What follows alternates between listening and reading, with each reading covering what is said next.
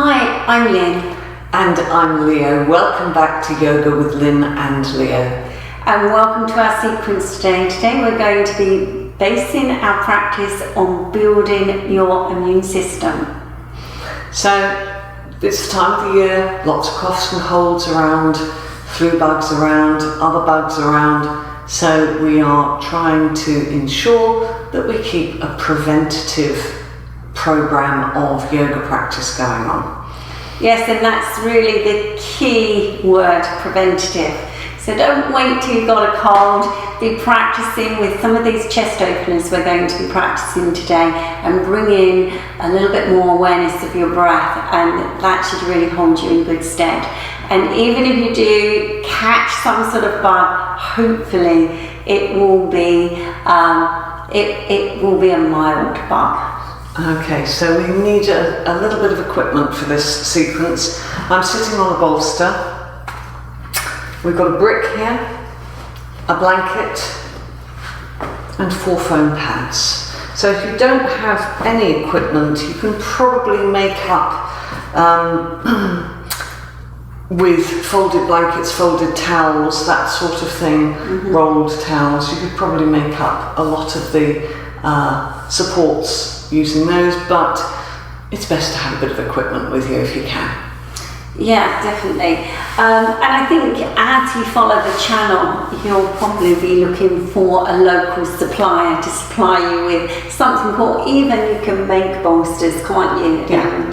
And you know, you can use alternatives. We will at some point be putting up yoga suppliers, yoga equipment suppliers. We just haven't quite got round to finding out where the yoga suppliers are elsewhere in the world. Yes, we can certainly advise you in the UK, but certainly nowhere else.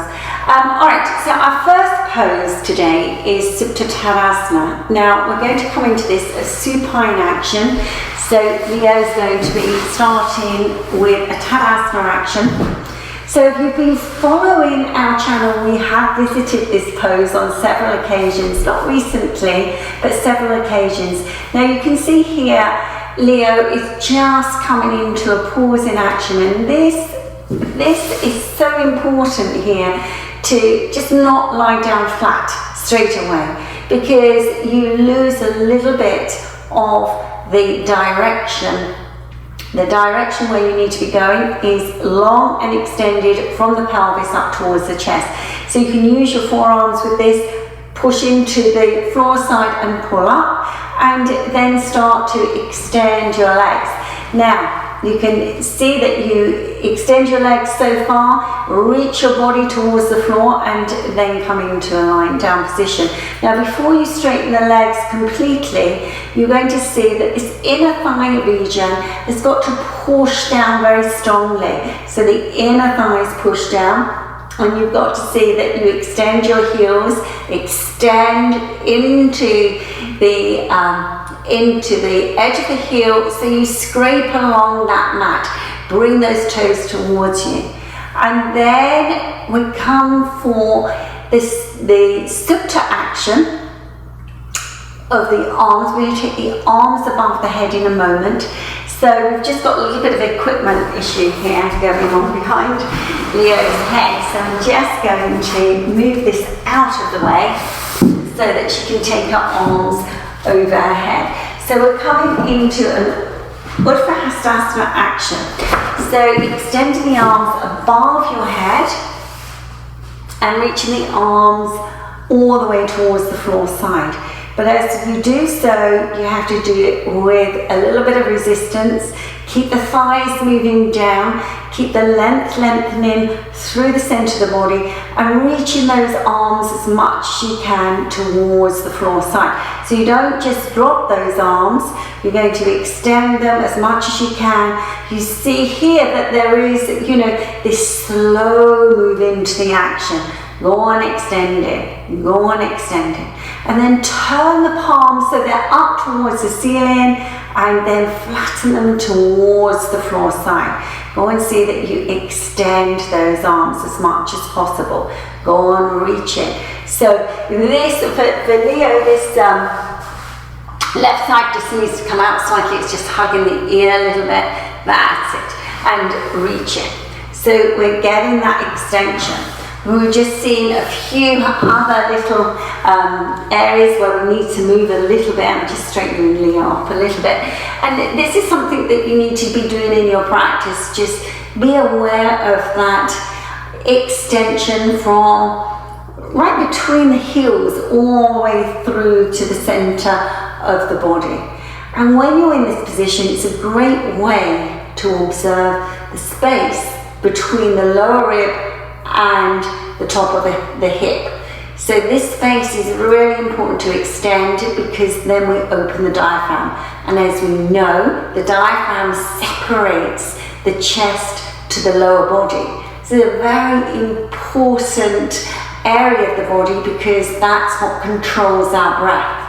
So as you extend, the more open that flat, large muscle becomes, the better the breath. So see that you reach those arms and reach those feet and then breathe through your nasal passage. So in yoga, you try to get that breath going through the nasal passage so that the breath comes away from the surface. Now that's the first point that we want to make here, is that when we're trying to build the immune system, what we need to understand is that working with the organic body becomes really important, because this is what changes our circulation. When we breathe through the nostrils, we start to open the circulation. So it's not sluggish. We breathe through the nostrils, the breath is deeper and the circulation is better. And it can mop up all of those germs as it does its cycle around to the lungs. So see that you're breathing through the nostrils, understand that. And then slowly releasing the arms down beside you. And it's so nice being in that pose for a little while. And then softening your knees and coming up. So our next pose is going to be Adho Mukha Svanasana. So when we come for this, we're going to come into it in a classic way. So you can see here, Leo's got her palms facing forward. Those of you who are not aware of what happens in your palm, this is very important because we want a lot of stability in this pose. We're building up the immune system. That means to say that we have to find the strength within our own bodies. It's very important. So the little finger rolls to the inside, thumb rolls to the inside. So we forget sometimes about these little details, tiny little subtleties, which will bring us more strength in our arms. Tucking the toes under and lifting up. So what's very important here is that extension, exactly that what we've just been practicing, the Supta Tadasana and the Urdhva Hastasana action. Can you keep that lift through the center of the body? So you have to keep the spine really nice and stable, but what works is the legs and the arms. So you have to see that you reach into the legs. The bones push the air away to the back of the thighs. So any air gaps there, you have to push the bones into the thighs and open. Yes, this is the action you need to be understanding and becoming aware of. And again, the breath. So although we're extending through the body, we have to breathe through the nostrils. Keep that stability, keep grounding into those leg bones, round into the arm bones, keep your stability. And then bending the knees and release them. And coming up. Okay, so just being in this position, sitting on your heels for a few moments. So it's an interesting practice when we take it a little slower. So when you're sitting on your heels, just having your hands, you can see here in the video, Leo's got her hands on the thighs, the arms are slightly bent at the elbows, the chest is open, and then we're breathing through the nostrils. So we're just taking a few moments to acknowledge the breath, acknowledge the breath. So breathing through the nasal passage and just seeing with each breath, where is that going? How is that creating a change in the soft tissue fibre in the chest cavity. It's very important that we observe what we're practicing. This is really the key for transformation. So now we're going to come for Supta Virasana. So we're changing direction now. Now we have a bolster, and we're going to have a brick, a foam pad with a blanket on it. So we're going to show you these supports. Now, some of you may find that this is not enough support. Now, we will have a look and see if we have Supta Virasana in the pose directory.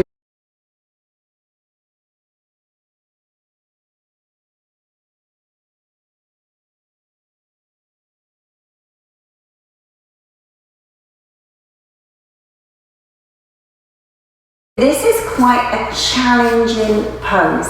Now, you can see the support that Leo's created here. We've lifted the back of the bolster up. Now, if sitting is a problem in this pose, it's not a crime, don't worry. If you have yoga equipment, props, then you can sit on a few foam blocks.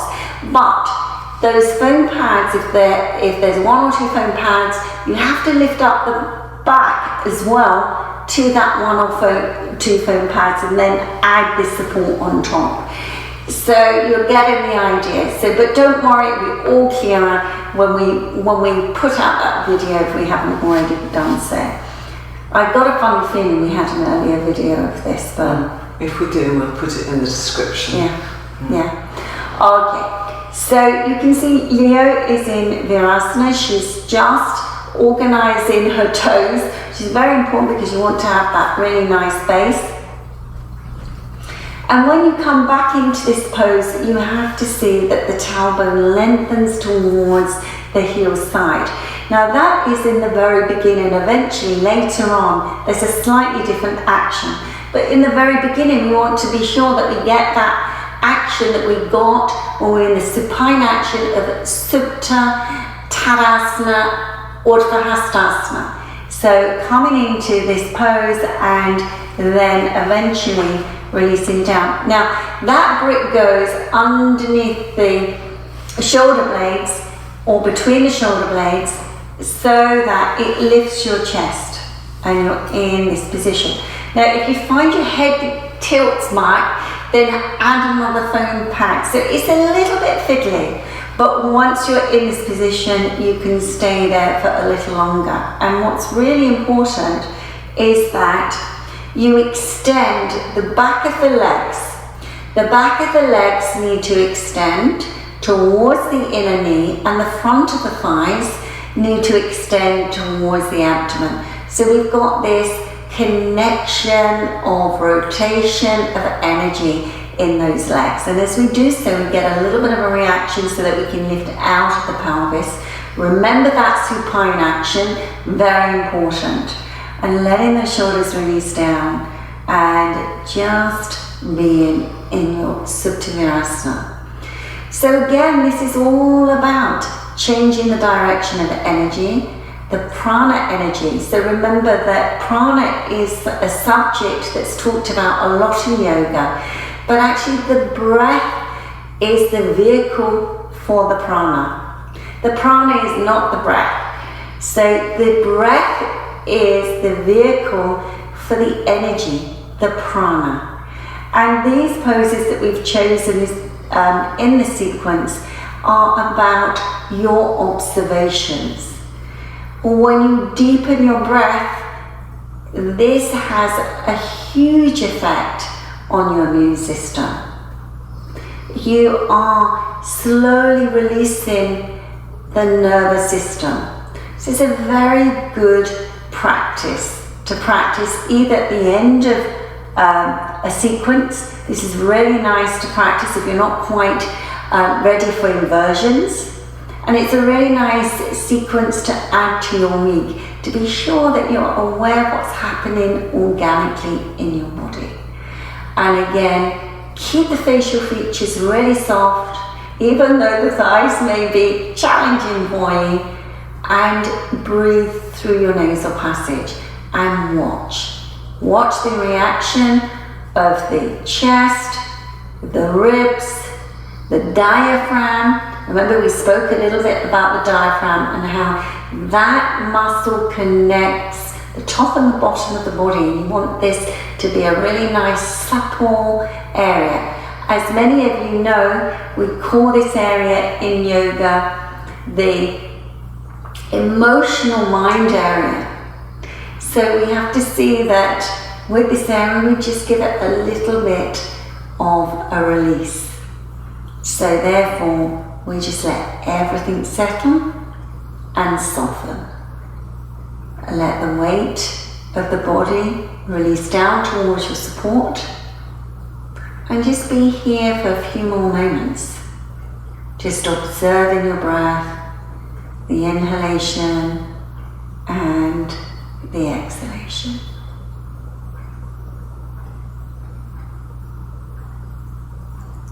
So once you start to get over the physical difficulties of Supta Virasana, then this is something to really enjoy and nurture the body with.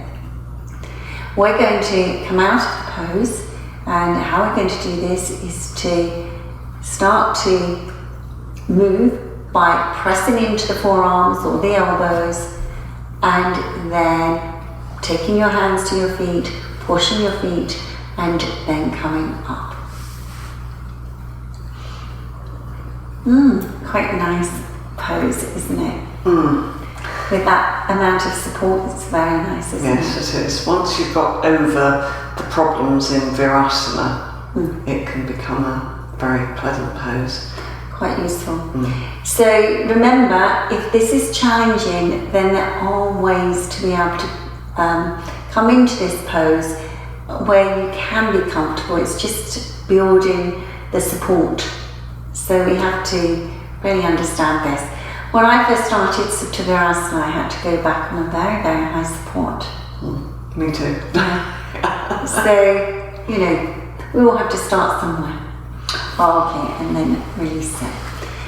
So our next pose is going to be Setabandha, and there's lots of ways you can practice this next pose. But before we do that, we're just going to sit in Dandasana for a few moments, because the feet probably will be needing a little bit of regenerating because of being flat on the foot in Virasana. Sometimes we can lose a bit of the blood circulation in that pose. So if you suffer from pins and needles or cramps or anything, then it may be wise to get up at this point and just to move your feet. But if you can get away with it in Dandasana, then do so. And then release it. So we're coming into a Setabandha, but we're coming into Setabandha with cross bolsters. Now we haven't got two bolsters here, we've got two foam pads which we're going to use as a mini bolster, and then we've got two foam pads that we're going to use for the feet.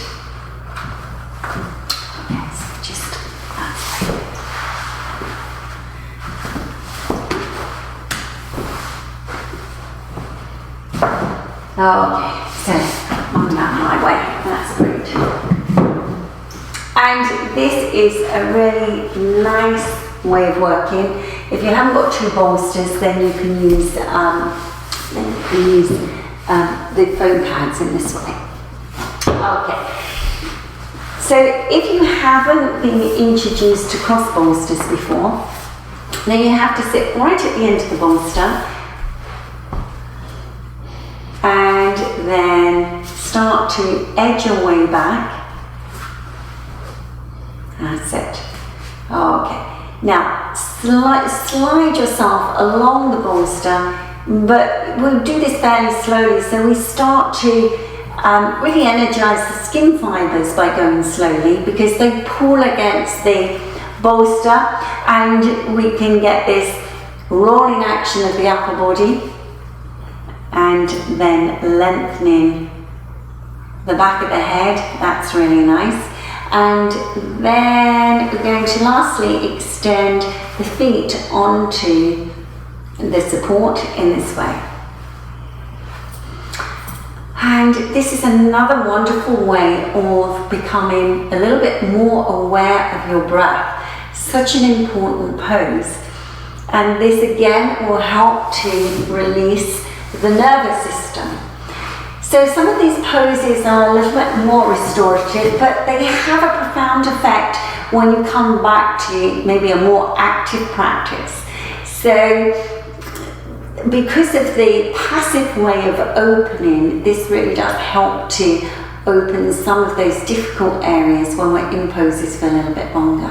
The whole point of being in Setu Bandhu in this sequence is about observation of the chest cavity and to become more aware of your breath. And when you're in this position, you have to see that you extend the legs and then you coil over the front edge of the bolster, closing your eyes, bringing your chin towards your chest side so it lengthens the whole of the back of the neck, and breathe through your nasal passage. Now when you breathe, it's really important not to just press up with the breath in any way.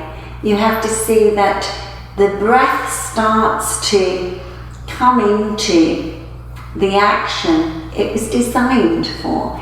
We're not always aware that when we breathe in, the breath or the diaphragm draws down. It's a downward energy, and the chest opens. So there's like a division at the diaphragm. So just be aware of that division as you breathe in, that there is an energy that moves down. We extend down from the diaphragm to the abdominal area. So as we do, we breathe down and then the chest opens at the same time. So there's a little bit of a division. We're not always aware of this when we breathe. So as you can see now, Leo is nicely relaxed. And it's so good to work in these passive positions. It gives the body an opportunity to work, but to work in a way where you can be aware of not only the posture, but also the organic body and the breath. So you can set your timer for this pose. You can be in this pose for 5-10 minutes if you wish to. For the sequencing in the video, we will be coming out of this pose now. But be mindful when you come out of the pose, we're not going to jump up, we're going to come into a Sukhasana. So just keeping this quietness and awareness of openness. Openness in your chest and the opening in your breath, created not only by the support, but by the awareness. To come out of the pose, soften the knees, place the feet onto the floor, and then roll onto your right side. Now, what's really important about this next stage is not to look up, look around, and maybe in your familiar environment. Don't worry about anything that needs to be done. You are still in your practice, and this is really an important part of the immune system. Because as soon as we start going into that mindset where the thoughts come in, we start that whole anxious energy again, which attacks the nervous system. So be in your posture, come up into a seated position, sit on some support, be in a cross-leg position. So just take this away. Leo's going to sit on the bolster, but you can sit on a harder support like the foam pads if you wish to, and sit with your legs crossed. Now we're just going to give a little bit of teaching on this cross-leg position, Sukhasana. Now you can see here that in this pose, sometimes it's quite difficult and challenging with the legs. We have to see that the legs become really nice and long, like they are in many of the poses. And to do this, we're going to give a self-adjustment of opening the back of the hamstring, and we do this by lifting and just getting the hand into the crease of the buttock and pulling back. I know it seems a little bit odd, but this will help with the stacking of the body a lot better. And then again doing. Yes, it makes such a difference. Then taking the hands to the knees and just pull on those knees a little bit so that you get a nice reaction in the chest. So the chest is open, and now the front of the body is exposed in a way that you can become aware of your breath. So it's a really nice position to be in, to not pranayama. We're not going into control breathing, but we're just observing, just keeping that observation. So remembering the Setrabandha, that beautiful opening in the chest, breathe through your nostrils and just watch what happens. Allowing yourself to observe is the first step to building up tremendous strength and stability in the body. And we would highly recommend that you practice this observation on a regular basis.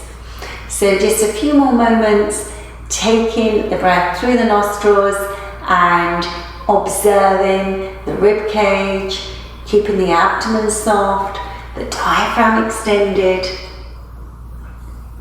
and just take these few moments. And if you wish to stay here a little longer, then you may do so. Leo is now going to release her hands and open her eyes and come back to the world. I'm sorry.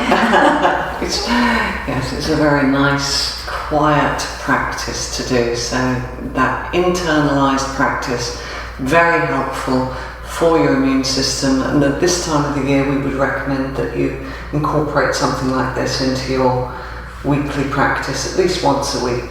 Yes, really good advice. That's so that you can sensible. Have your immune system built up, boosted, so that when the inevitable happens, that you come into contact with flu bugs, cold bugs, whatever else might be out there, your immune system is in a good position to be able to deal with those. So we hope to see you again next time. If you have a look, we do actually have Supta Virasana and Setrabandha in the pose directory. Yes. If you have a look on, we'll put the in the description underneath, we will put the links to those poses. So if you found those two poses a little bit difficult, then have a look at the links and we can go through those with you. Alright, so it's good to see you again today, and hopefully we will see you again next time. Namaste.